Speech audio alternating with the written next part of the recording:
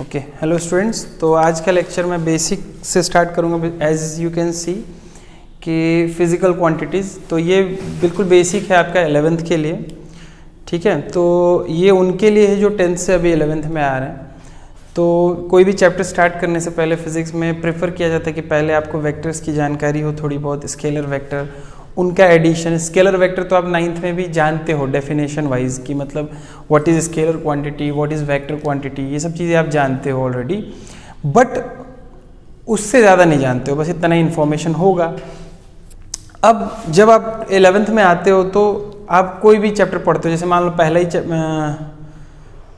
Motion chapter जब start होगा आपका, जैसे मोशन इन 1D चाहे मोशन इन 2D, जिसको मोशन इन प्लेन बोलते हैं, उनमें या आगे किसी भी चैप्टर्स में हर जगह जो भी क्वांटिटीज़ हम पढ़ेंगे, डिस्प्लेसमेंट हो गया, वेलोसिटी हो गया, फोर्स हो गया, ये सब एक वेक्टर क्वांटिटी है। तो हमें ये बहुत ज़रूरी हो जाता है कि हम दो वेक्टर्स को जोड़ना सीखें।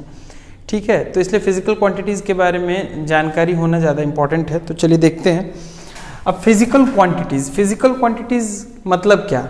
What are physical quantity? Anything which can be measured, anything which can be expressed into numbers. जैसे मान लो हम बोलते हैं 10 kg rice, 5 kg anything, 5 kg pulses, flours, या फिर अगर हम फोर्स की बात करें तो 5 Newton force, 10 Newton force. Distance की बात करें तो 4 किलोमीटर, 5 किलोमीटर। टाइम की बात करें तो 2 घंटे, 3 घंटे, 4 घंटे। टेम्परेचर की बात करें तो 10 डिग्री, 20 डिग्री। इस तरह की कोई भी करंट हो गया, कुछ भी anything which can be measured and which can be expressed in any quantity, anything which can be measured and can be expressed in the terms of number से हम उसको डिनोट कर सकते हैं, उनको हम बोलते हैं फिजिकल क्वांटिटीज। तो जितने भी हमारे आसपास फिजिकल क्वांटिटी हैं, इनको ब्रॉडली 2 पार्ट में डिवाइड किया गया।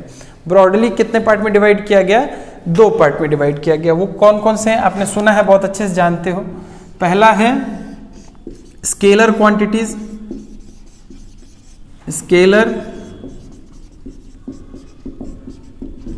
क्वांटिटीज। दूसरा है वेक्टर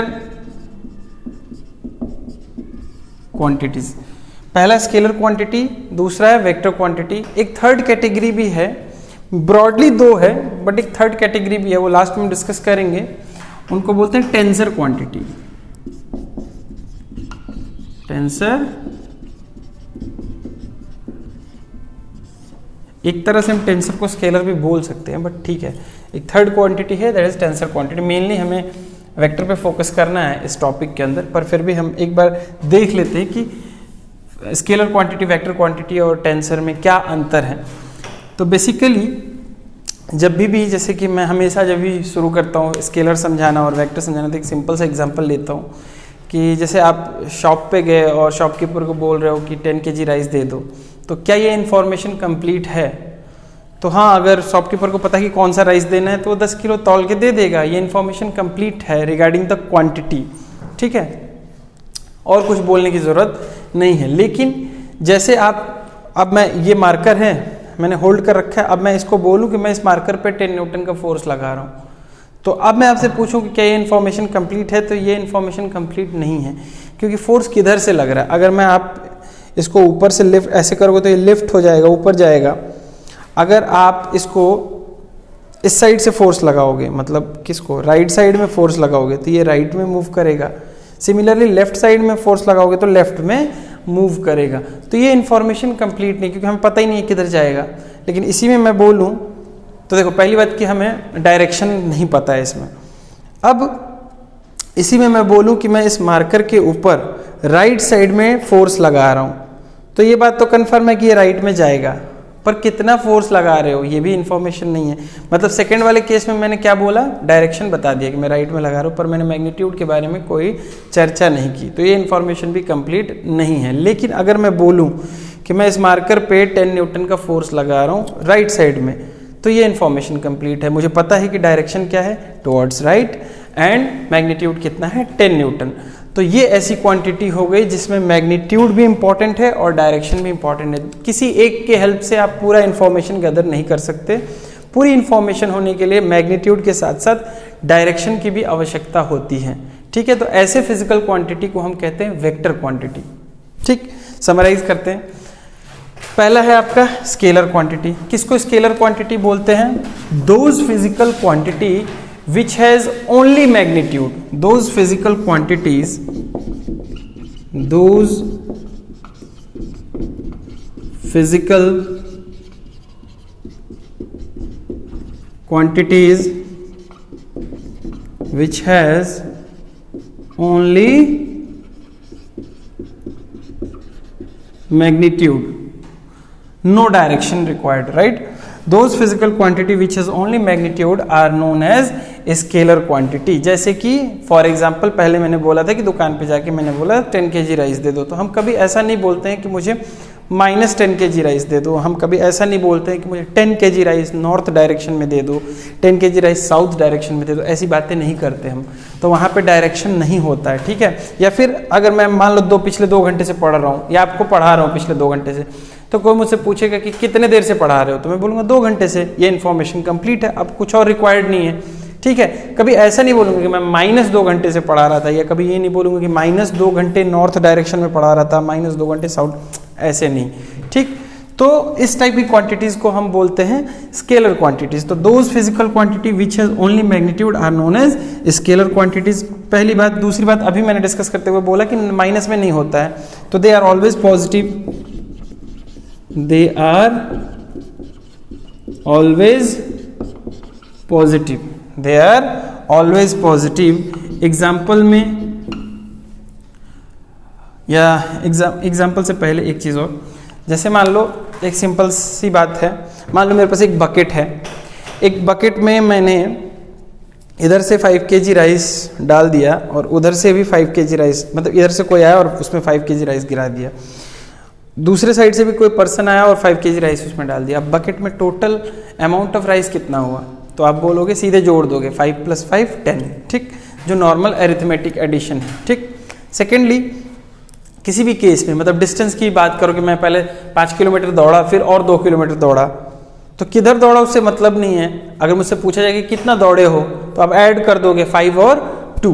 तो in that case also simply, मतलब इट सिंपली, मैं अभी 2 घंटे पढ़ा, फिर 2 घंटे और पढ़ा, तो टोटल कितना पढ़ा, 4 घंटे, आप सीधे ऐड कर दोगे।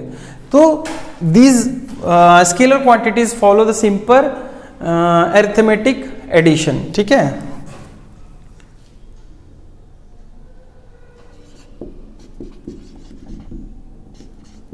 simply follows arithmetic addition, simply follows arithmetic addition, ठीक है। एग्जाम्पल अगर दोगे तो एग्जाम्पल में हो जाएगा आपका मास, ठीक है। एग्जाम्पल में आपका आ गया मास, टाइम, डिस्टेंस, ठीक है, डिस्टेंस, और भी बहुत, स्पीड हो गया, ठीक है, वर्क डन हो गया, एक्सेट्रा, ठीक है, वर्क डन हो गया, एक्सेट्रा, ठीक। तो ये बेसिकली आपका स्केलर क्वांटिटी हो गया। आई होप कि स्केलर क्वांटिटी में कोई डाउट, कोई मसला होगा नहीं आपको, ठीक। अब आते हैं वेक्टर क्वांटिटी में, ठीक है। तो वेक्टर क्वांटिटी डिस्कस करते हैं, तो बिल्कुल स्केलर का उल्टा, ऐसा फिजिकल क्वांटिटी जिसमें मैग्नीट्यूड तो चाहिए, मैग्नीट्यूड मतलब न्यूमेरिक वैल्यू 10, 20, 30, 40, मैग्नीट्यूड तो चाहिए, लेकिन साथ ही साथ डायरेक्शन भी चाहिए। एग्जांपल दिया था फोर्स वाला, कि मार्कर है, इस पर मैं सिर्फ बोल दूं कि 10 न्यूटन का फोर्स लगा रहा हूं, तो ये इन्फॉर्मेशन कंप्लीट नहीं है। इस पर मैं सिर्फ बोल दूं कि मैं लेफ्ट साइड में फोर्स लगा रहा हूं, तो ये इन्फॉर्मेशन कंप्लीट नहीं है। लेकिन मैं बोलूं कि मैं इसमें लेफ्ट साइड में 10 न्यूटन का फोर्स लगा रहा हूं, तो my left, right, this is left, तो माई लेफ्ट हैंड, तो लेफ्ट साइड में 10 न्यूटन का, तो ये लेफ्ट में मूव करेगा और फोर्स कितना लग रहा है, 10 न्यूटन का। तो ऐसी फिजिकल क्वांटिटी जिसमें मैग्नीट्यूड है और डायरेक्शन भी है, तो हम उसको बोलते हैं वेक्टर क्वांटिटी। तो लिखो यहाँ पे, those physical quantity which have magnitude as well as direction, those physical quantity which have magnitude as well as direction are known as vector quantities. Those physical quantity which have magnitude as well as direction are known as vector quantities. पहली point. दूसरी point अगर मैं इसमें add करना चाहूँ तो क्या होगा, दे आर ऑलवेज पॉजिटिव। अब देखो सिंपल सी बात है कि मैं हूँ, मुझे कोई इधर 10 न्यूटन से खींच रहा है और इधर से भी कोई 10 न्यूटन से खींचने लगा, तो क्या मैं मूव करूंगा? मैं मूव नहीं करूंगा, क्योंकि इधर से भी 10 न्यूटन का फोर्स लग रहा है और इधर से भी 10 न्यूटन का फोर्स लग रहा है, मैं रेस्ट पर ही रहूंगा। अब आपने 9th क्लास में न्यूटन्स लॉ तो पढ़ा ही है कि a body will continue to be in rest, या a body at rest continues to be at rest, और a body moving in uniform speed continues to move with uniform speed until and unless acted upon by an external unbalanced force। ठीक है, तो मैं rest पे था पहले, अब जब फोर्स लग रहा है तब भी मैं रेस्ट पर ही हूँ, इसका मतलब मेरे पे नेट फोर्स 0 लग रहा है, लेकिन ये 10 और ये 10 दोनों मेरे ऊपर ही लग रहे हैं। पर आप क्या करोगे, 9th में पढ़ा है सर कि अपोजिट डायरेक्शन में तो हम सब्ट्रैक्ट कर देते हैं सर, अगर इसको +10 मान लिया तो इसको -10 मान लेते हैं और दोनों को ऐड करते तो 0 आ जाता है, ऐसा पढ़ा होता है 9th में। ठीक है, बट एक्चुअली आप सोचो तो ये 10 न्यूटन भी मेरे पे ही लग रहा है और ये 10 न्यूटन भी मेरे पे ही लग रहा है, समझो। लेकिन हम इसमें क्या कर रहे हैं, डायरेक्शन को तवज्जो दे रहे हैं कि किसी एक पर्टिकुलर डायरेक्शन को अगर आप प्लस ले रहे हो तो उसके विपरीत, उसके अपोजिट वाले डायरेक्शन को आप माइनस ले रहे हो, अपोजिट है इसलिए एक प्लस एक माइनस। तो जब इनको ऐड करोगे तो +10 और -10 को जब आप ऐड करोगे तो 0 हो जाता है। ठीक है, तो इसका मतलब तो कंफर्म है। देखो इधर से जो व्यक्ति फोर्स लगा रहा होगा मेरे ऊपर, वो तो 10 न्यूटन का ही फोर्स लगा रहा है, और जो इधर से फोर्स लगा रहा है वो भी उतना ही फोर्स लगा रहा है, ऐसा नहीं कि वो कम लगा रहा है, दोनों इक्वल फोर्स लगा रहे हैं। लेकिन आपने किसी एक के फोर्स को +10 बोला है और किसी दूसरे के फोर्स को क्या बोला है, -10, यानी कि सेम फोर्स को सिर्फ डायरेक्शन अपोजिट होने के कारण आप एक को प्लस बोल दे रहे हो, एक को माइनस बोल दे रहे हो, सिंपल। इसका मतलब वेक्टर क्वांटिटी पॉजिटिव भी हो सकते हैं और नेगेटिव भी हो सकते हैं। ठीक है, तो it can be both positive as well as negative। It can be both positive as well as negative। ये बात भी समझ में आ गई। अच्छा ठीक है, अब लास्ट वाला पॉइंट, ये एडिशन वाला पॉइंट, सिंपली फॉलो, ये इंपॉर्टेंट पॉइंट है और इसी से आपको इन तीनों में अंतर समझ में आएगा। देखो ये क्या है, simply follows arithmetic, ignore if I have written any spelling mistake, बहुत करता हूं मैं तो इग्नोर करना। If simply follows the arithmetic addition, मतलब normal mathematical addition rule follow करता है 2 + 2 4, बट यहाँ वेक्टर्स के केस में कहानी उल्टी हो जाती है। देखो अब मैं हूँ, मुझे कोई इधर से 10 न्यूटन से फोर्स लगा के खींच रहा है तो मैं ऑब्वियसली इधर जाऊँगा आगे की तरफ, लेकिन मान लो दो लोग खींचने लगे, एक ऐसे 10 न्यूटन से खींच रहा है, दूसरा भी ऐसे खींच रहा है, तो मेरे पे कुल फोर्स कितना लगेगा, दोनों सेम डायरेक्शन में लग रहा है तो 20 न्यूटन लगेगा। कोई बॉडी है, ये दिख रहा है स्क्रीन में, कोई बॉडी है, इसको इधर कोई 10 न्यूटन से खींच रहा है और सेम डायरेक्शन में 10 न्यूटन से खींच रहा है, तो इस बॉडी पर नेट फोर्स कितना लगेगा, 20 न्यूटन का। अगर मैं F नेट बोलूं तो ये कितना लगेगा, 20 न्यूटन। बहुत बढ़िया, ये तो सर पता है हमें। पर इसी बॉडी पे अगर मैं फोर्सेस का डायरेक्शन अपोजिट कर दूं, इधर 10 कर दूं और इधर 10 कर दूं, तो अब इस केस में अगर मैं बोलूं F नेट तो ये हो जाएगा 0, अगर मैं बोलूं F नेट तो ये हो जाएगा 0। इसका मतलब यहां भी हम जोड़ रहे हैं, यहां भी जोड़ रहे हैं, बट यहां पे 10 और 10 जोड़ रहे हैं, यहां पे 10 और -10 जोड़ रहे हैं, समझो। ये दोनों फोर्स इसी बॉडी पे लग रहा है, ये दोनों फोर्स भी इसी बॉडी पे लग रहा है, आप ऐड ही कर रहे हो, लेकिन एक बार एडिशन कर रहे हो तो 20 आ रहा है, एक बार एडिशन कर रहे हो तो 0 आ रहा है। इसका मतलब देखो एक चीज मुझे समझ में आई कि जब दो लोग मुझे ऐसे खींच रहे हैं बराबर, मैं हर बार देखो 10 और 5 भी हो सकता है, 10 और 2 भी हो सकता है, मैं 10 इसलिए लेता हूँ कि समझाने में थोड़ी आसानी रहेगी, अभी समझ जाओगे तो खुद ही सब कुछ कर लोगे। देखो दो फोर्स लगा रहे हैं 10 और 10, तो दोनों इक्वल फोर्स लगा रहे हैं, तो 20 न्यूटन का फोर्स लग रहा है, ठीक है। अब देखो जैसे ही ये इधर चलाया और ये इधर चलाया, दोनों अपोजिट डायरेक्शन में खींचने लगे तो 0 फोर्स लग रहा है, तो मैक्सिमम फोर्स 20, अब 10 और 10 को जोड़ के मैक्सिमम तो 20 ही हो सकता है और मिनिमम हो गया 0। आप समझो इस बात को, मतलब from this to this the magnitude of force is changing from 20 to 0। That means पहले जब ऐसे खींच रहे थे दोनों, तो दोनों फोर्स के बीच में एंगल कितना था, 0 डिग्री था, मतलब दोनों पैरेलल थे। तो जब फोर्स पैरेलल लग रहा था तो रिजल्ट मैक्सिमम आ रहा था, और जब फोर्स एंटी पैरेलल लग रहे हैं तो रिजल्ट मिनिमम आ रहा है। इसका मतलब देखो, जब जैसे ही मैंने एंगल को बदला तो रिजल्ट भी बदला। इसका मतलब सर ये अपोजिट किए हो तो एंगल मतलब 0 आ रहा है, इसका मतलब जब कुछ और होगा एंगल तो रिजल्ट कुछ और आएगा। बिल्कुल कुछ और आएगा। जैसे मान लो बॉडी है, अब जगह तो है नहीं, जैसे मान लो इधर ही बनाता हूँ, अभी मिटा दूंगा। ऐसे बॉडी है, कोई इसको 10 न्यूटन से इधर खींच रहा है और 10 न्यूटन से ऊपर खींच रहा है, तो अब इस बॉडी पर नेट फोर्स ना ही 10 है और ना ही 20 है। ऑब्वियसली सेम डायरेक्शन में होते हैं तो 20 होता है, तो ये 20 तो होगा नहीं, क्योंकि देखो थोड़ा सा आइडिया लगाओ, थोड़ा सा रिलेशन देखो। जब दोनों पैरेलल थे तब 20 था, जब दोनों अपोजिट हो गए तब हो गया 0। यानी कि जब दोनों 90 पे हैं तो ये 20 से छोटा होगा और 0 से बड़ा होगा।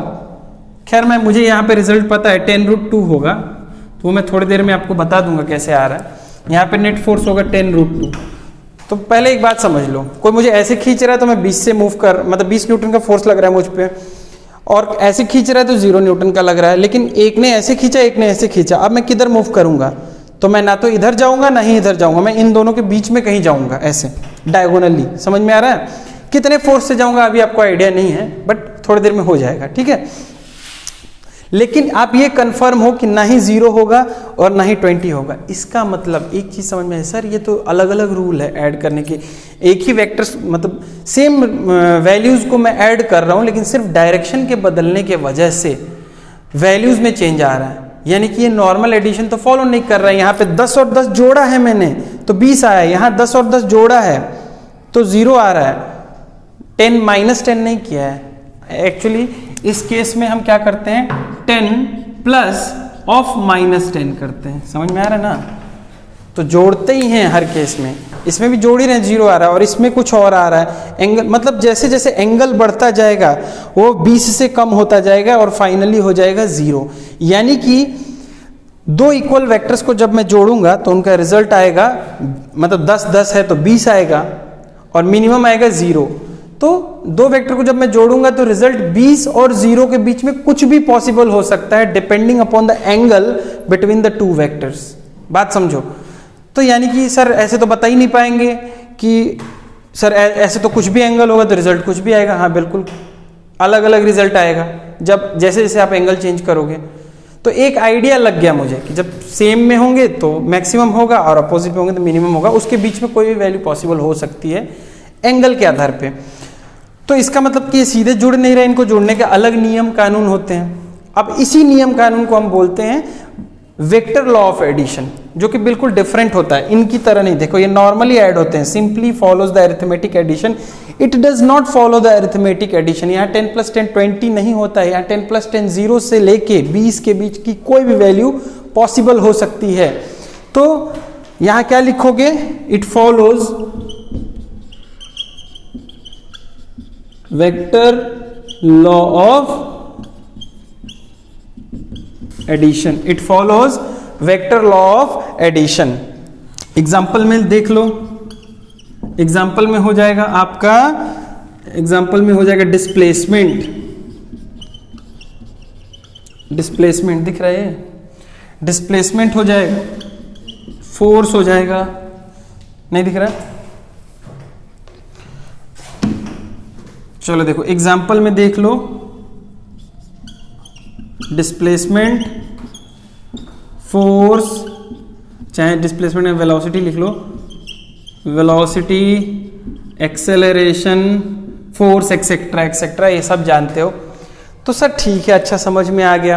मतलब क्या क्या अभी तक पढ़ा है, देखो बहुत ज़्यादा एक्सप्लेन कर दे रहा हूँ तो एक बार समराइज कर लेते हैं क्या पढ़ा हमने। स्केलर क्वांटिटी, फिजिकल क्वांटिटी पढ़ी। फिजिकल क्वांटिटी क्या, ऐसी क्वांटिटी जिसको हम मेजर कर सकते हैं, नंबर के फॉर्म में लिख सकते हैं, उनको हम फिजिकल क्वांटिटी बोलते हैं। दो पार्ट में डिवाइड किया ब्रॉडली, थर्ड भी लिखा हुआ है, बताता हूँ अभी। Scalar quantity and vector quantity. Scalar quantity उन क्वांटिटी को बोलते हैं जिनमें डायरेक्शन की आवश्यकता नहीं होती है, सिर्फ उनकी वैल्यूज होती है, मैग्नीट्यूड होता है। ठीक, नेक्स्ट इज ये हमेशा पॉजिटिव होते हैं, नेगेटिव नहीं होते, और वो नॉर्मल एडिशन फॉलो करते हैं जैसे हम अब तक जो पढ़ते आ रहे थे, अरिथमेटिक एडिशन। ठीक, एग्जाम्पल में आ गया आपका mass, time, distance, speed, work done, etcetera. ठीक, नेक्स्ट पढ़ा हमने वेक्टर क्वांटिटी। वेक्टर क्वांटिटी क्या है? Those physical quantity which have magnitude as well as direction. देखो ये जितनी भी चीजें मैंने पढ़ाई है ना, ये 9th क्लास में मैं अपने बच्चों को पढ़ा देता हूँ, ठीक है, बट आगे बढ़ने के लिए ऑब्वियसली सीक्वेंस में चलेंगे, तो सीक्वेंस में हम चल रहे हैं। It can be both positive as well as negative follow. अच्छा, सबसे बड़ा अंतर क्या है कि नॉर्मल अरिथमेटिक एडिशन फॉलो नहीं करते, इनका अलग सेट ऑफ रूल होता है एडिशन का, जिसको हम कहते हैं वेक्टर लॉ ऑफ एडिशन। अब ये इंपॉर्टेंट पॉइंट है, देखो यही डिफरेंस है इन तीनों में, मतलब ये पॉइंट जो है वो तीन कैटेगरी में जो बांटा है ना, इसी की वजह से बांटा है। देखो वेक्टर होने का सबसे इंपॉर्टेंट कंडीशन क्या है कि उसमें डायरेक्शन होना चाहिए प्लस मैग्नीट्यूड होना चाहिए, साथ ही साथ वो वेक्टर लॉ ऑफ एडिशन भी फॉलो करना चाहिए। अगर नहीं कर रहा है तो that is not a vector. और इसी के आधार पे ये थर्ड कैटेगरी हमने बनाया। The third category is a physical quantity which has magnitude as well as direction, मतलब ऐसी क्वांटिटी जिसके मैग्नीट्यूड भी है और डायरेक्शन भी है, लेकिन साला वो वेक्टर लॉ फॉलो नहीं करता, वो वेक्टर लॉ फॉलो नहीं करता, वो नॉर्मल एडिशन हो जाता है अरिथमेटिक की तरह, तो उसको हम वेक्टर में नहीं रखते हैं। फिर उसको नया कैटेगरी बना दिया टेंसर। एग्जांपल देता हूं मैं आपको, इलेक्ट्रिक करंट। एग्जांपल देता हूं मैं आपको, इलेक्ट्रिक करंट। देखो इलेक्ट्रिक करंट का मैग्नीट्यूड होता है ना, होता है 2 एम्पियर, 3 एम्पियर, 4 एम्पियर। तो electric current has a magnitude. Direction भी होता है हायर पोटेंशियल से लोअर पोटेंशियल, ठीक है, तो इट हैज डायरेक्शन। तो बट वो वेक्टर लॉ ऑफ एडिशन को फॉलो नहीं करता। फॉर एग्जांपल कि जैसे ये कोई जंक्शन है, अब यहाँ पे वायर किसी भी डायरेक्शन से आए, डायरेक्शन से कुछ लेना देना नहीं है, वायर आ रहा है ना 2 एम्पियर और इधर से भी आ रहा है 4 एम्पियर, तो यहाँ पे एक थर्ड वायर है, यहाँ से करंट जा रहा है मान लो, तो यहाँ पे कोई फर्क नहीं पड़ता। देखो अभी यही फोर्स होता है ना कि ऊपर से 2 न्यूटन का फोर्स लग रहा है, नीचे से 4 न्यूटन का फोर्स लग रहा है, तो ये बॉडी ना ऊपर मूव करता है 2 न्यूटन से, नेट फोर्स 4 - 2 कर देते। बात समझ में आ रही है? पर यहाँ ऐसा नहीं होगा। यहाँ क्या होगा, देखो टोटल करंट कितना आ रहा है, 2 एम्पियर और 4 एम्पियर, टोटल करंट आ रहा है 6 एम्पियर, तो इसमें 6 एम्पियर का करंट फ्लो होगा। ये नॉर्मल अरिथमेटिक एडिशन फॉलो कर रहा है कि 4 और 2 6। यहाँ वेक्टर से कुछ ले, अब इस तार को घुमा दो, मोड़ दो, कुछ भी कर दो, कोई फर्क नहीं पड़ता है, डायरेक्शन से कुछ लेना देना नहीं है। समझ में आ रहा है ना? तो ऐसा नहीं कि करंट का डायरेक्शन नहीं है, करंट का डायरेक्शन है, उसके डायरेक्शन का इंपॉर्टेंस भी है, बट वो वेक्टर लॉ ऑफ एडिशन को फॉलो नहीं कर रहा, तो उसको वेक्टर कैसे कह सकते हैं? तो इसीलिए उनको एक थर्ड कैटेगरी में रखा गया, जिनको हम कहते हैं टेंसर। तो टेंसर को सिंपली इतना ज्यादा दिमाग पे नहीं लेना, बस याद रखना कि those physical quantities, those physical quantities which have magnitude as well as direction but does not follow vector law of addition. Those physical quantities which have magnitude as well as direction but does not follows the vector law of addition are known as tensor quantities. Example में क्या लिखोगे? Electric current, electric current. Example में क्या लिखोगे आप? Electric current, ठीक है। अब आगे चलते हैं। वेक्टर, देखो मेन हमारा मुद्दा है इस टॉपिक को पढ़ने का वेक्टर्स। तो वेक्टर्स को कैरी फॉरवर्ड करते हैं आगे, हम देखते हैं कि वेक्टर को रिप्रेजेंट कैसे करते हैं, फिर वेक्टर को ऐड कैसे करेंगे। आज के लेक्चर में हम वेक्टर एडिशन तक करेंगे, ठीक है। तो देखते हैं, वेक्टर से स्टार्ट करते हैं।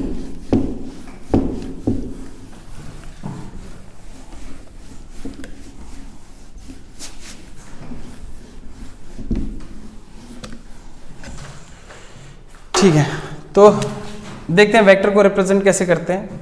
जैसे मान लो ये कोई ब्लॉक है, इस ब्लॉक पे मैं जैसे ऐसे, अब समझूंगा कैसे मैं, तो मैं ऐसे ले लेता हूँ, इधर x axis positive x axis, इधर नेगेटिव एक्स एक्सिस, इधर पॉजिटिव वाई एक्सिस, इधर नेगेटिव वाई एक्सिस, ऐसे ले लेता हूँ कोऑर्डिनेट समझने के लिए। अब ये ब्लॉक है, जिसका मास है m। अब इस पे मैं 10 न्यूटन का फोर्स लगा रहा हूँ, किधर, पॉजिटिव x डायरेक्शन में, ठीक है। तो ध्यान देना, तो रिप्रेजेंट कैसे करूंगा, जैसे मान लो इस पे फोर्स लगा रहा हूँ और तो इसको रिप्रेजेंट कैसे करूंगा, देखो अगर स्केलर फॉर्म में लिखना है, स्केलर फॉर्म मतलब, ध्यान देना इस बात पे, स्केलर फॉर्म मतलब सिर्फ मैग्नीट्यूड लिख रहे हैं, तो स्केलर फॉर्म में हम ऐसे लिख सकते हैं F is equals to 10 newton, ठीक है, इसको पढ़ते भी F is equals to 10 newton, सही है। या फिर मैं ऐसे वेक्टर F लिख के मॉड लगा दूं। वेक्टर F मतलब क्या है, वेक्टर जहां भी देखो ऐसे रिप्रेजेंट करते हैं, F के ऊपर ऐसे एरो लगा देते हैं, that is called vector F, इसको पढ़ेंगे वेक्टर F। मॉड लगा दिया मतलब उसके डायरेक्शन से कुछ मतलब नहीं है, सिर्फ हम उसकी मैग्नीट्यूड से मतलब है, तो हम इसको लिख सकते हैं 10 न्यूटन। ये भी लिखने का तरीका सही है। अब वेक्टर को लिखते कैसे हैं, जैसे ये बॉडी है, बॉडी पे फोर्स लग रहा है 10 न्यूटन का, तो मैं इसको लिखूंगा कैसे, F लिख के उसके ऊपर एरो, F लिख के उसके ऊपर एरो। अब ये मत सोचना कि फोर्स ऐसे लग रहा है तो एरो ऐसे लगा है, फोर्स ऊपर लग गया तो एरो, कई बार ना मैंने देखा है बच्चे क्या करते हैं, ऐसे एरो लगा देते हैं, अगर फोर्स ऊपर, उस एरो से कोई मतलब नहीं, ये रिप्रेजेंटेशन ही हमेशा ऐसे ही लिखते हैं, F के ऊपर ऐसे एरो, ठीक। या फिर कई बार बुक्स में ऐसे लिखा होता है, ऐसे बोल्ड में ऐसे बोल्ड किया होता है F, ठीक है, इसका मतलब ही वेक्टर F होता है। इन दोनों को पढ़ोगे कैसे, क्या पढ़ोगे, वेक्टर F, इसको पढ़ोगे कैसे, वेक्टर F पढ़ोगे, ठीक है। अब इसका मतलब है कि इसके पास मैग्नीट्यूड भी है और डायरेक्शन भी है, इसके पास मैग्नीट्यूड भी है और डायरेक्शन भी है, इसके पास भी मैग्नीट्यूड है और डायरेक्शन, समझ में आया। तो कभी भी आप vector F is equals to 10 newton नहीं लिख सकते, आप vector F is equals to 10 newton नहीं लिख सकते, जानते हो क्यों, क्योंकि वेक्टर F का मतलब है मैग्नीट्यूड प्लस डायरेक्शन, और यहाँ पे सिर्फ 10 न्यूटन लिखे हो तो यहाँ पे सिर्फ मैग्नीट्यूड है और डायरेक्शन तो लिखे ही नहीं हो, तो ये इक्वल कैसे हुए, तो इधर वेक्टर है और उधर स्केलर हो गया, तो ये गलत है लिखने का तरीका, समझ में आया। तो कभी भी ऐसे नहीं लिखोगे, लेकिन इसको लिखें कैसे, बाद में तो मैं सिखाऊंगा कि आई कैप जे कैप के टर्म्स में लिखते हैं, एक्स एक्सिस में लग रहा है तो आई कैप लिख सकते हैं, बट अभी नहीं पता है तो हम ऐसे लिख सकते हैं, vector F is equals to 10 newton towards right, 10 newton towards right, तो ये तरीका सही है।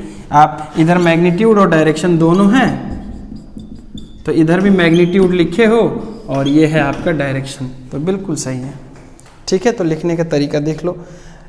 अब ये तो लिखने का तरीका है, आप वेक्टर को रिप्रेजेंट कैसे करोगे, तो जैसे देखो ये बॉडी है, बॉडी पे 10 न्यूटन का फोर्स लग रहा है, तो मैं ना मान लो ऐसा स्केल ले लूँ अपने मन से कि 1 सेंटीमीटर बराबर 1 न्यूटन, तो मैं एक ना 10 सेंटीमीटर की लाइन खींचूंगा, मेरे ऊपर है, अगर मैं 1 सेंटीमीटर इक्वल्स टू 1 न्यूटन लूंगा तो 10 सेंटीमीटर की खींचूंगा, 1 मिलीमीटर इक्वल्स टू 1 न्यूटन लूंगा तो 10 mm की लाइन खींचूंगा, वो स्केल अपने ऊपर है। तो 10 यूनिट की लाइन खींची मैंने, और चूंकि फोर्स किधर लग रहा है, एक्स एक्सिस की तरफ या टुवर्ड्स राइट की तरफ, तो राइट की तरफ एक एरो बना दिया, तो ये ग्राफिकल रिप्रेजेंटेशन है, graphical representation of vector, this is graphical representation of vector, जिसमें देखो इसको बोलते हैं बॉडी लेंथ, इसको क्या बोलते हैं, बॉडी लेंथ, और इसको बोलते हैं हेड, और इसको बोलते हैं टेल, ठीक है। तो body length, head and tail. Body length क्या बताता है आपको, मैग्नीट्यूड बताता है, मतलब 10 न्यूटन का फोर्स है तो 10 यूनिट का आपने लाइन खींच दिया, ठीक। और हेड क्या बताता है, हेड आपको डायरेक्शन बताता है, हेड आपको क्या बताता है, डायरेक्शन, याद रखना। तो हेड आपको बताएगा डायरेक्शन, मतलब ये towards left, sorry right side में लग रहा है, तो राइट मतलब ऐसे, ये राइट साइड में लग रहा है, तो राइट साइड में लग रहा है, तो हेड राइट साइड की तरफ है, मेरे राइट की तरफ, राइट साइड की तरफ है, तो हेड आपको डायरेक्शन बताना है, और लेंथ क्या बताएगा, मैग्नीट्यूड बताएगा। यही तो ये मैंने कितने का बनाया है, 10 यूनिट बनाया है, 10 यूनिट का लेंथ बनाया है, और हेड है टुवर्ड्स दिस, तो ये क्या बताएगा आपको, वेक्टर F बता रहा है, ये क्या बता रहा है आपको, वेक्टर F बता रहा है। बात समझ में, यही 5 न्यूटन होता तो मैं इसका आधा लेंथ बनाता, ठीक। अब इसमें अगर ऊपर लगेगा तो एरो ऊपर बना दो, ठीक है, तो इस तरह से हम वेक्टर को रिप्रेजेंट करते हैं, देख लो, चलेगा। चलो मूविंग नेक्स्ट, अब वेक्टर्स को ऐड कैसे करेंगे ये सीखते हैं। ये मिटा रहा हूं मैं, दो वेक्टर्स को ऐड कैसे करेंगे ये हम सीखेंगे आज के लेक्चर में। तो देखो, law of vector addition, law of vector addition, law of vector addition, दो लॉ हैं। पहला है आपका triangle law of vector addition, पहला आपका triangle law of vector addition, और दूसरा क्या है, पैरेललोग्राम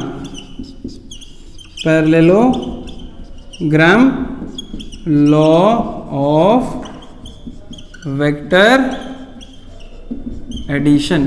पहला है triangle law of vector addition and दूसरा है parallelogram law of vector addition. तो एक एक करके, जैसे देखो थ्योरी पहले समझा देता हूँ, फिर डेरिवेशन बता दूंगा आपको।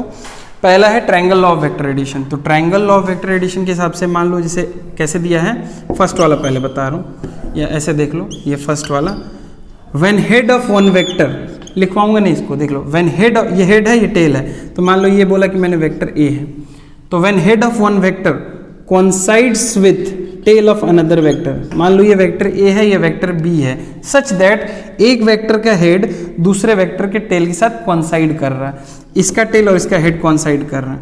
तो when head of one vector coincides with tail of another vector, then the resultant of these two vector is given by a third vector joining the tail of first vector with the head of second vector, joining the tail of first vector with the head of second vector, मतलब vector a plus vector b बराबर vector c होगा। कहने का मतलब ये हुआ कि ये मान लो किसी कोई ऐसे, जैसे फील कैसे कर रहा हूँ, जैसे कोई पॉइंट है, इस पॉइंट पे इधर से लग रहा है a फोर्स और इधर से ऐसे लग रहा है b फोर्स, तो ये बॉडी मूव पता है कैसे करेगी, ये दोनों फोर्स हटा के, ये देखो इनका रिजल्टेंट क्या है, ये C, तो इन दोनों फोर्स को हटा के अगर मैं इस बॉडी के ऊपर ना A ना B मैं एक ऐसा फोर्स बना दूं इस लेंथ का, तो इन दोनों के बराबर होगा, दिस इज वेक्टर C, देख लो। तो ये होगा बेसिकली ट्रायंगल लॉ। फिर से सुन लो, when head of one vector coincides with tail of another vector, then the resultant मतलब इन दोनों का रिजल्ट जो आएगा of these two vectors, ये दोनों मिलके जो इफेक्ट प्रोड्यूस करेंगे, that is given by a third vector। अब दो वेक्टर को जोड़ोगे तो वेक्टर ही ना आएगा, मीटर और मीटर जोड़ोगे तो लीटर तो आएगा नहीं, मीटर ही आएगा, केजी और केजी जोड़ोगे तो क्या आएगा, किलोमीटर आएगा नहीं, केजी ही आएगा। तो ऑब्वियसली दो वेक्टर्स को जोड़ोगे तो अगला रिजल्ट भी उसका वेक्टर ही आएगा, और वो वेक्टर कौन होगा, ये थर्ड वेक्टर होगा, इसका टेल और इसके फर्स्ट के टेल के साथ सेकंड के हेड को ज्वाइन करता हुआ लाइन रिजल्ट होगा। तो ये हो गया आपका triangle law of vector addition. अगला क्या हुआ, पैरेललोग्राम लॉ ऑफ वेक्टर। अब इसमें क्या था, एक का हेड था दूसरे का टेल था। अब पैरेललोग्राम में क्या है, मान लो आपके पास दो वेक्टर है और दोनों का टेल कॉमन है, मतलब ऐसे, ये है वेक्टर ए और ये है वेक्टर बी, ये आपके पास दो वेक्टर्स हैं, दोनों का क्या कॉमन है, टेल कॉमन है, देखो दोनों का कॉमन है टेल और दोनों के बीच में एंगल है थीटा। तो आप ये दो साइड्स दिख रहे हैं ना आपको, इन दो साइड्स को एडजेसेंट साइड मान लो, और देखो इसके पैरेलल एक इधर लाइन बना दो और इसके पैरेलल एक यहां से लाइन बना दो, तो एक पैरेललोग्राम कंप्लीट हो गया। एक क्या बन गया, पैरेललोग्राम। अब इन दोनों का रिजल्ट देगा ये वाला वेक्टर, देखो ये है वेक्टर C, और यहाँ पे आप बोलोगे vector C will be equals to vector A plus vector B। और ये तो थोड़ा ना समझने में भी आसान है। देखो अगर मुझे कोई इधर से खींच रहा है और कोई इधर से खींच रहा है, तो ना मैं इसकी तरफ जाऊंगा ना मैं इसकी तरफ जाऊंगा, मैं किधर जाऊंगा, बीच में। तो मैंने क्या किया, इन दो साइड्स को पकड़ के एक पैरेललोग्राम खींचा, मतलब इसके पैरेलल इधर लाइन खींचा और इसके पैरेलल उधर लाइन खींचा और डायगोनल बना दिया। तो मैं मूव, ऐसे फोर्स लग रहा था, मैं मूव किधर करूंगा, डायगोनली। समझ में आया? तो इट इज लाइक दिस, ठीक है। जैसे सिंपल कि ऐसे बॉडी है, इधर 10 न्यूटन का फोर्स लग रहा है, इधर भी 10 न्यूटन का फोर्स लग रहा है, तो मैं क्या, बॉडी किधर जाएगा, ना इधर जाएगा ना उधर जाएगा। ये देखो इसके पैरेलल मैंने इधर लाइन बनाई और इसके पैरेलल मैंने इधर लाइन बनाई, और बॉडी जाएगा यहाँ ऐसे, इस डायरेक्शन में जाएगा बॉडी। समझ में आया? तो ये होता है पैरेललोग्राम लॉ ऑफ वेक्टर। में लिखवा नहीं रहा हूँ, आप वीडियो पॉज कर करके सुन लेना, ठीक है। तो ये parallelogram law of vector addition. अब आते हैं प्रूफ पे, जो आज का लास्ट सेक्शन है, फिर आगे पढ़ेंगे, सेकेंड पार्ट भी आएगा वीडियो का।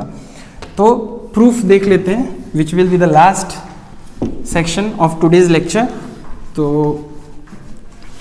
आते हैं प्रूफ पे। तो सबसे पहले पैरेललोग्राम लॉ पकड़ के मैं प्रूफ कराता हूँ। तो मान लो अपने पास दो वेक्टर हैं और ऐसा दिया है कि दोनों के बीच में एंगल है थीटा। तो देखो अपने को दिया क्या है, मान लो दो वेक्टर, ये एक पहला ऐसे ले लो, ये एक वेक्टर ले लो, दिस इज वेक्टर ए, और ये है एक दूसरा vector which is vector B, और दोनों के बीच में एंगल है थीटा। इतना ही गिवन है, तो आंसर भी इतने के टर्म्स में ही आना चाहिए, बात समझो। तो मैं क्या करूँगा, इन दोनों को जोड़ना है मुझे, तो क्या करूँगा, इसके पैरेलल एक लाइन खींचूंगा ऐसे, और इसके पैरेलल एक लाइन खींचूंगा ऐसे, ठीक। तो ये हो गया ए बी सी डी, एक पैरेललोग्राम बन गया।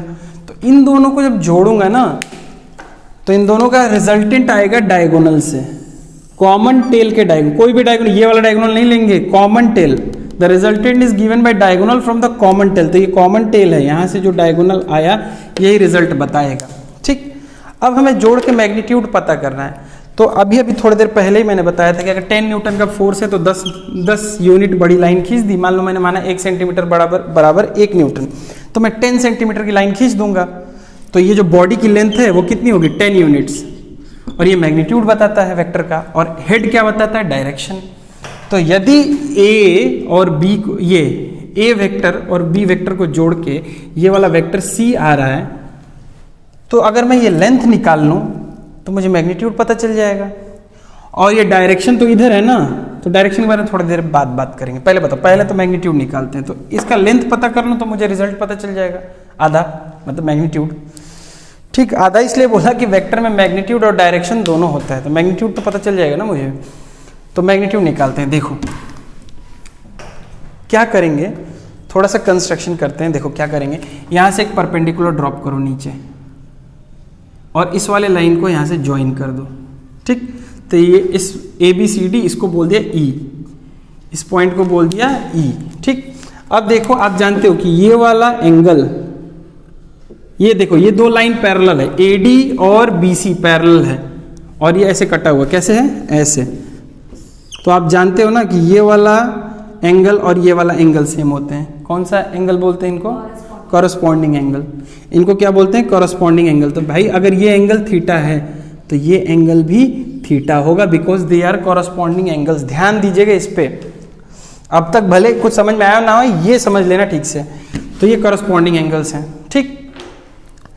अब देखो एक चीज और देखो, ये जो AB है, AB एक लेंथ है, AB की लेंथ मान लो मैंने बोला A यूनिट, AB की लेंथ है A यूनिट, और AD की लेंथ है B यूनिट। कुछ भी हो सकता है, फोर्स होगा तो न्यूटन में होगा, डिस्प्लेसमेंट होगा तो मीटर में होगा, किलोमीटर में होगा, सेंटीमीटर में, कुछ भी हो सकता है। तो इसलिए यूनिट लिखा है, स्पेसिफाई नहीं किया है, या फिर वो भी मत लिखो, कैलकुलेशन ऐसे ही रखो। A is equals to A, AB is equals to A and AD is equals to B। ये लेंथ A के बराबर है, ये लेंथ B के बराबर है, बात खत्म। मैग्नीट्यूड में वेक्टर की बात नहीं कर रहा। अब हम जानते हैं कि वेक्टर C का अगर मैग्नीट्यूड में निकालूं, मॉड लगा दिया, मतलब डायरेक्शन से मतलब नहीं है, मैं लेंथ चाहता हूं, तो मैं इसको लिख सकता हूं ना AC, और AC is equals to C, ऐसा बोल सकते हैं। मान लिया कि AC की लंबाई C के बराबर है, ठीक है, तो ऐसा बोल दिया। अब देखो पाइथागोरस थ्योरम सबने पढ़ा है, ठीक है। तो देखो यहाँ पे एक बड़ा वाला ट्रायंगल बन रहा है, जहाँ पे यहाँ 90 डिग्री है, तो मैं बोल सकता हूँ राइट एंगल ट्रायंगल, कौन सा, ACE, in right angle triangle ACE by using Pythagoras theorem पूरा नहीं लिख रहा हूँ, थ्योरम इसे छोड़ रहा हूँ, ठीक है, ये ध्यान रखना। बाय यूजिंग पाइथागोरस थ्योरम, हम पाइथागोरस थ्योरम सबको आता है, जो भूल गए हैं, लॉकडाउन में पढ़े नहीं हैं, उनके लिए मैं फिर से बना देता हूँ। देखो अगर ये परपेंडिकुलर है, ये बेस है और ये हाइपोटेनियस है, तो अकॉर्डिंग टू पाइथागोरस थ्योरम क्या होता है, परपेंडिकुलर का स्क्वायर प्लस बेस का square is equals to hypotenuse का स्क्वायर होता है। ठीक, तो ये पाइथागोरस थ्योरम है। इसमें अगर मैं लिखूं कि AC का स्क्वायर, ये हाइपोटेनियस है ना, दिख रहा है ये स्क्रीन में, AC का square will be equals to AE का स्क्वायर बेस का स्क्वायर प्लस परपेंडिकुलर का स्क्वायर, दैट इज CE का स्क्वायर। ठीक है, ये दिख रहा है पोर्शन स्क्रीन में, पूरा नीचे तक दिख रहा है, यहीं तक दिख रहा है। ठीक है, अब ये मिटा रहा हूं, क्योंकि स्क्रीन में देख नहीं रहा तो मैं इधर लिख रहा हूं। अब देखो यहां तक ठीक है।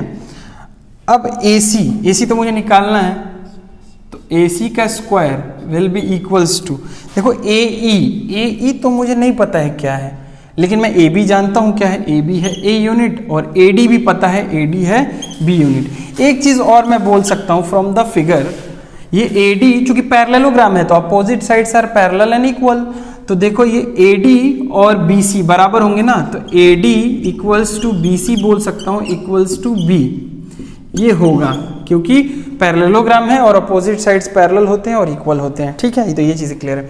अब मैं AC स्क्वायर को लिख सकता हूं ना, देखो AE स्क्वायर, AE A और E को मैं क्या लिख सकता हूं, AB plus BE, AB plus BE, this plus this लिख सकता हूं, इसका स्क्वायर प्लस यहां पे देखो क्या है CE का स्क्वायर, तो CE का स्क्वायर ऐसे ही रखता हूं पहले, CE का होल स्क्वायर।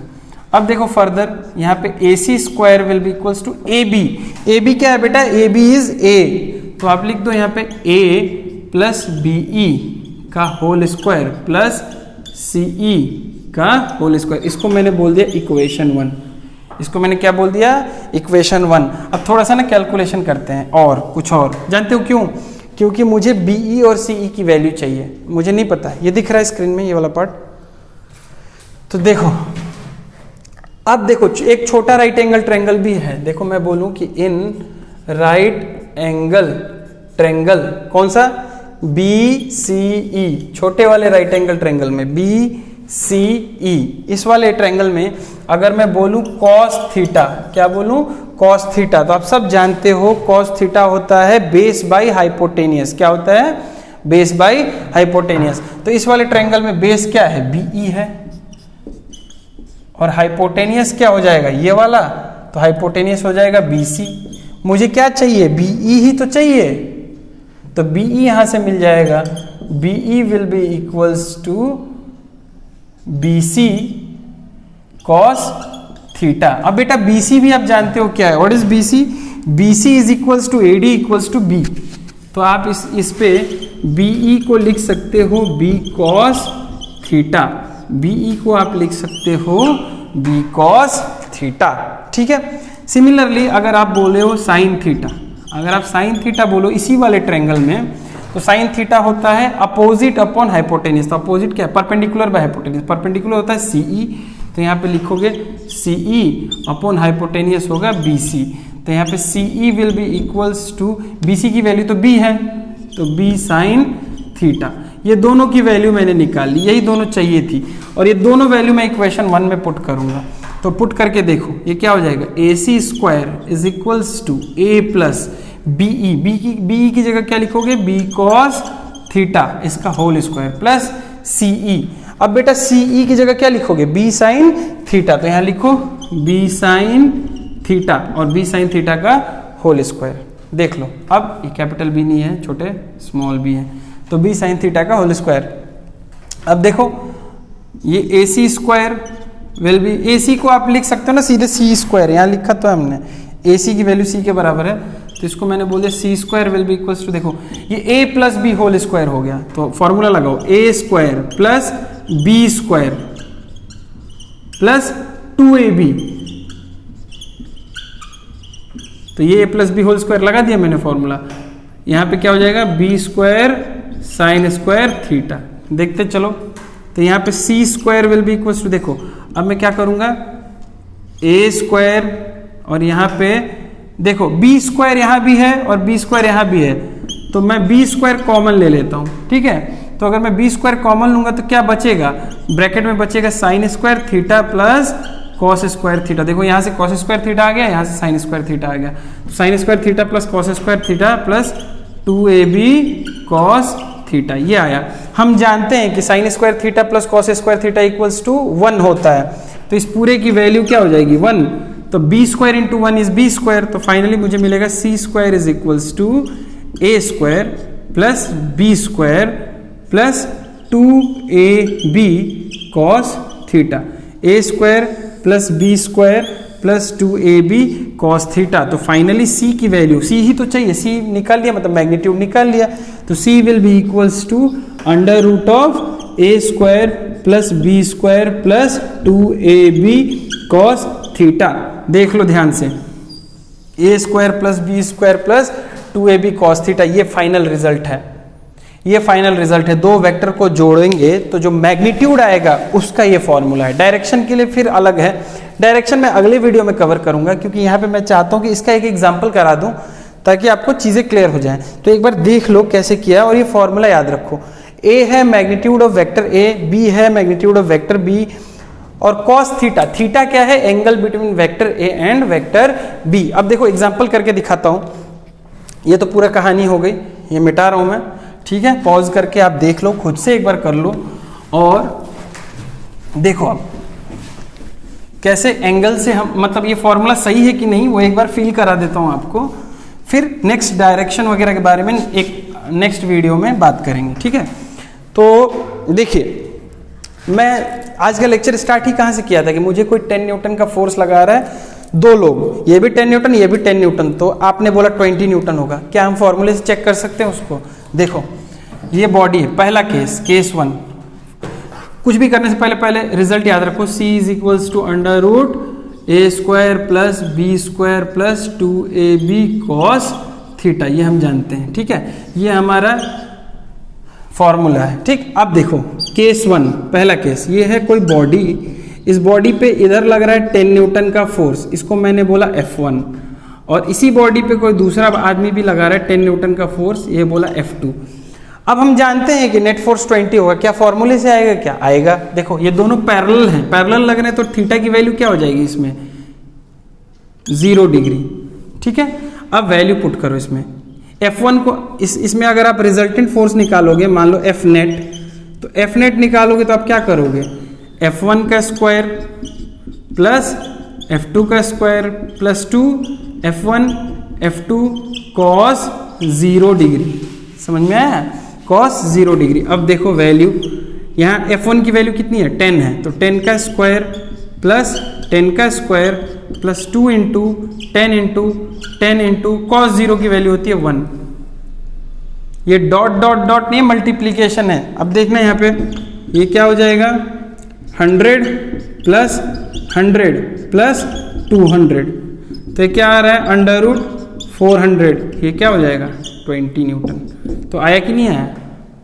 सर ये तो हमें पहले से पता था, इसमें क्या खास बात है, इतना लंबा चौड़ा करके निकाले हो। अरे ये तो पैरेलल थे तो हम जानते हैं कि सीधे जोड़ दोगे, किसी दूसरे एंगल पे होगा तो कैसे निकालोगे।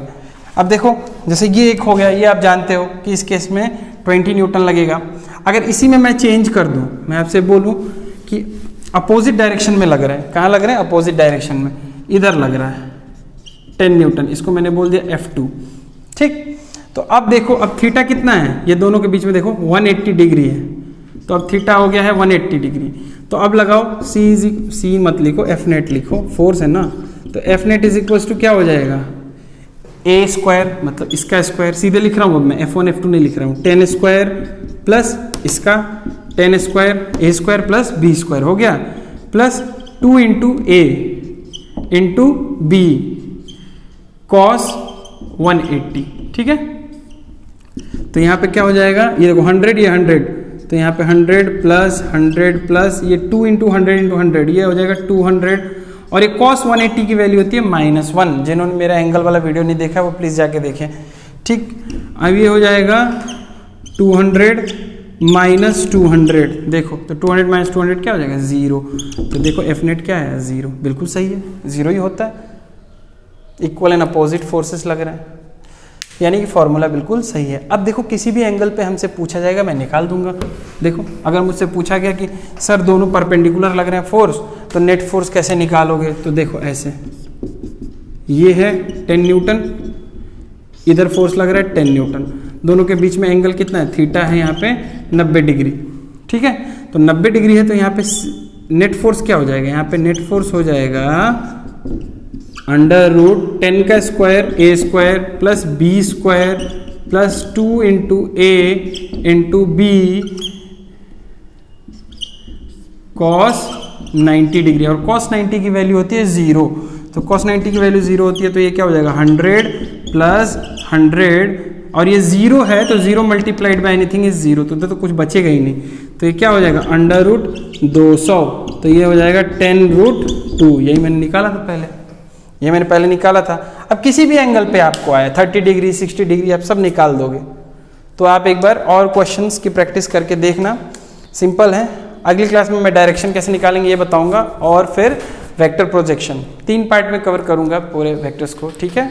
तो आई होप कि आपको लेक्चर समझ में आया है, और with that see you in the next video, ठीक है। चलो बाय।